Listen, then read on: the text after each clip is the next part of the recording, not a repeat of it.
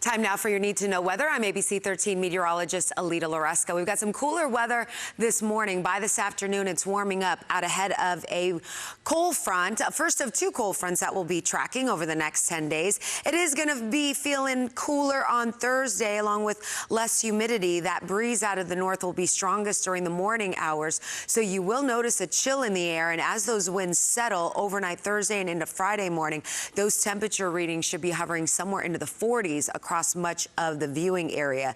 Today we'll be dealing with mostly sunny conditions, but perhaps a few scattered clouds rolling through the afternoon out ahead of that frontal boundary. That front will move through with very little moisture to work with. So no rain in the forecast, but get ready for those winds to start picking up in and around the Brazos Valley on the northwest side of Houston between 2 to 4 p.m. And then that breeze gets stronger across much of the area once the sun goes down. We're talking wind speeds between 20 to 25 miles per hour. And then those winds will still remain elevated, especially along the coastline early Thursday morning as that colder air funnels in. We are anticipating those winds to start dying down once we get into Thursday afternoon. So still lots of sunshine for today. Today's highs in the mid 80s, getting close to some of those records. This time of the year, those records are somewhere in the upper 80s. So let's time out that front. There's a better view of that front since we're not dealing with any sort of moisture, any sort of precipitation, I should say,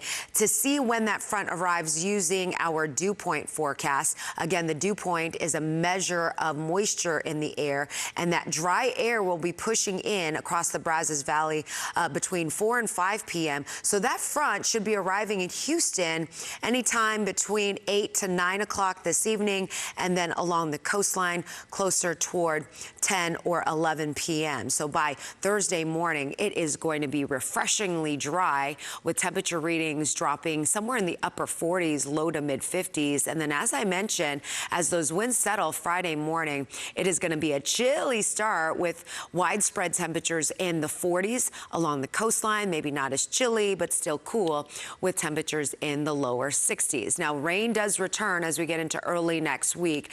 Those moisture levels will be returning as early as Sunday night, but we've got a big pattern shift heading our way next week. It does involve some rain, some thunderstorms again on Monday, and then some colder air that'll be diving in from Canada is going to allow for those temperature readings to fall. You can see next Tuesday is the second front.